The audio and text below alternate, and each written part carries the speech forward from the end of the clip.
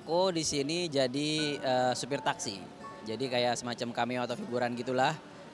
Ada salah satu adegan di mana, Raditya Dika ingin menikah dan dia berdialog dengan, teman SMA-nya yang diperankan oleh Ernest, untuk meng-arrange pernikahannya dan itu terjadi dalam sebuah taksi. Nah di situ, saya supir taksinya dan kita bikin sedikit komedi di situ buat isi adegannya. Kalau aku dalam sebuah adegan si Trisna dan Dika itu membuat kacau di sebuah rumah sakit. Jadi mereka ditangkap satpam dan di rumah sakit itu saya adalah pemimpin security-nya, pemimpin satpam. Jadi saya di sana jadi pemimpin satpam yang membebaskan mereka gitu. Sebelum dibebaskan dikerjain dulu gitu.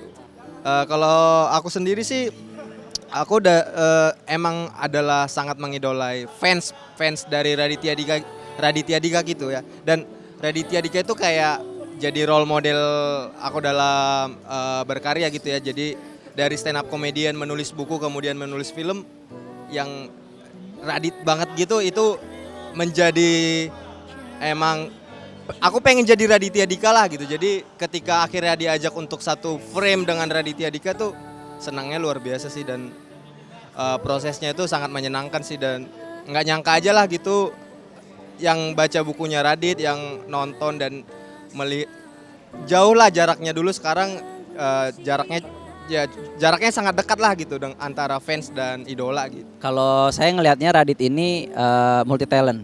Jadi dia tuh, berawal dari penulis dan saya juga suka baca tulisan-tulisan dia dari mulai blog dia dulu yang Kambing Jantan saya udah baca sampai menang penghargaan apa segala macem. Terus sekarang berkesempatan satu, area pekerjaan juga di stand up comedy, terus lanjut juga ke film dan ini kebetulan pengalaman pertama kali satu film sama Radit. Jadi, senang banget bisa kerja sama Radit akhirnya gitu dan yang menyenangkan adalah karena Radit, adalah menulis, filmnya sendiri.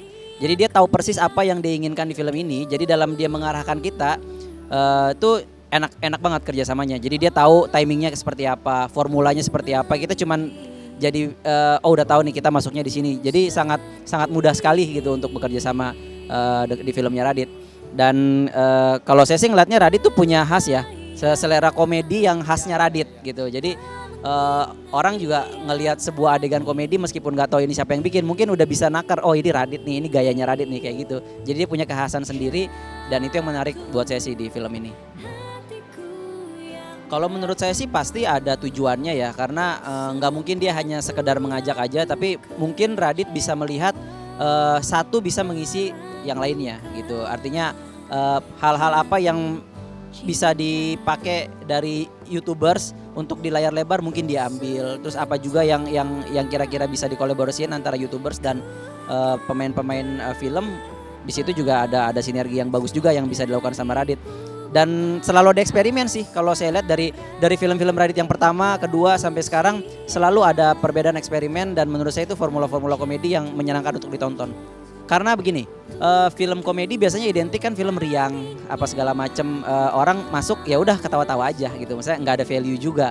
Nah di sini dia angkat premis sangat bertolak belakang. Premisnya tuh patah hati ya, patah hati. Tapi kita nonton film patah hati ini entah kenapa nggak yang gloomy terpuruk depresi tapi justru malah kita bisa ngelihat hal-hal yang loh ini lucu ini menyenangkan gitu meskipun endingnya dar, dramanya dapat banget jadi kayaknya secara emosi lengkap dari awal kita seneng happy mau nikah apa segala macam terus mulai terjadi konflik, ups and down-nya ada dan ditutupnya manis banget sih kalau menurut saya manis banget.